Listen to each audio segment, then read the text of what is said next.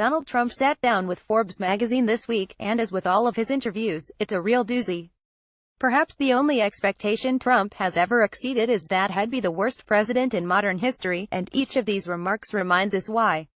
The man is wrong on stats, wrong on facts, incompetent at his job, and just an all-around terrible person. Here are 8 of his more deranged moments, affirming the shallow, petty and ignoble motivations that guide his presidency. 1. He challenges his Secretary of State to an IQ test. Rex Tillerson reportedly called Trump a moron, or to be more specific, a f***ing moron, a phrase that has been uttered about Trump billions of times by people in his administration and around the world. Obviously still smarting from having a staff or state the obvious, Trump suggested perhaps he and Tillerson should take an IQ exam to prove he's smarter, as adult human beings are wont to do. I think it's fake news, but if he did that, I guess we'll have to compare IQ tests. And I can tell you who is going to win. Yes, the winner will be anyone but you. 2. He brought his gauche gold obsession to the White House.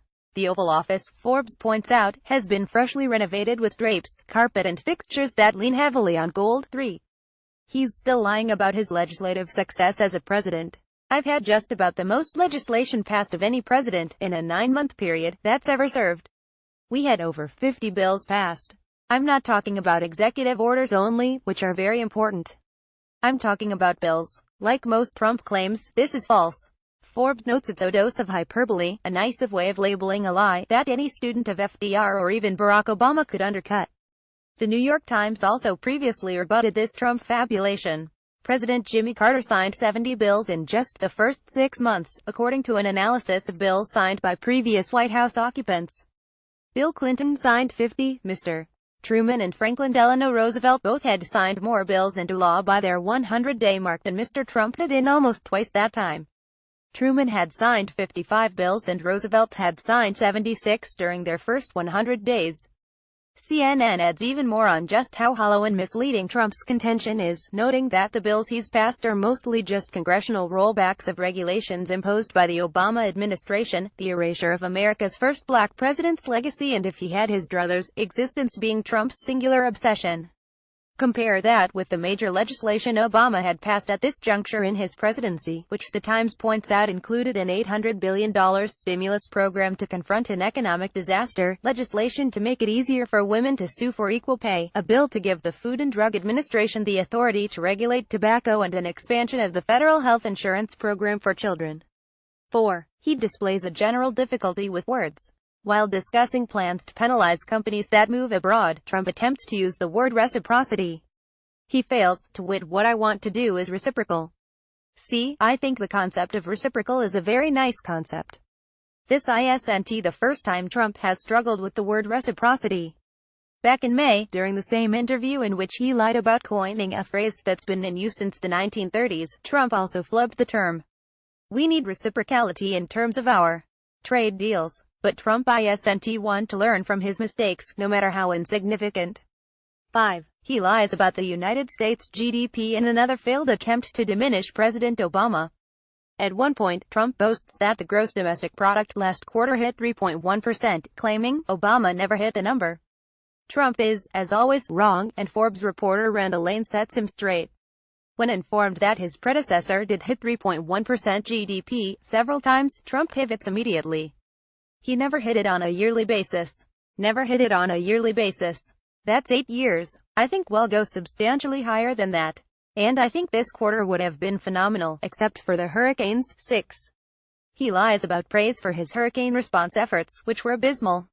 Well, I've gotten very high marks for the hurricanes, Trump tells Forbes, which is patently untrue. As casualties mount and 90% of the island of Puerto Rico remains paralyzed without electricity and basic resources, San Juan Mayor Carmen Yulín Cruz has had to plead for aid from this administration, taking to Twitter as recently as Monday out of desperation. Trump ignored the disaster for nearly a week. He was busy warring with NFL players protesting racial injustice, and when he finally did pay attention, it was to tweet insults, make excuses and demand adulation. On 2 separate weekends, as Puerto Ricans continued to send out help requests, Trump visited his golf club to chillax. The whole heartbreaking spectacle has motivated other organizations to step up and fill the immense void that is Trump's failure, including Oxfam America and a German renewable power storage company, which are taking on disaster relief the Trump administration neither cares nor can be bothered to provide. 7. He continues to try to make Obamacare a problem. Trump's fixation with Obama again surfaced during the interview on the subject of health care. Trump refers to Obamacare as a total mess, which is par for the course with the GOP. But when asked if he will ensure the program serves Americans as well as possible until a better alternative is drafted, Trump suggests his administration will do less than the bare minimum, hinting it will hobble the program to harm his predecessor's legacy. "What we're doing is trying to keep it afloat, because it's failing," he says. "I mean, the insurance companies are fleeing and have fled. They fled before I got here. But with that being said, no, Obamacare is Obama's fault. It's nobody else's fault. I've always said Obamacare is Obama's fault. It's never going to be our fault." 8. Trump admits he couldn't really care less about keeping the country running smoothly.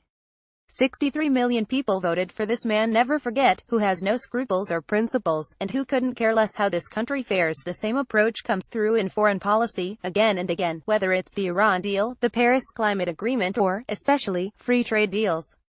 Doesn't he feel a responsibility to honor agreements from previous administrations? President Trump has a quick response: no.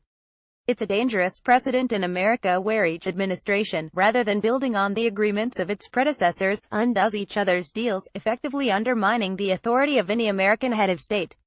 Again, Trump shrugs.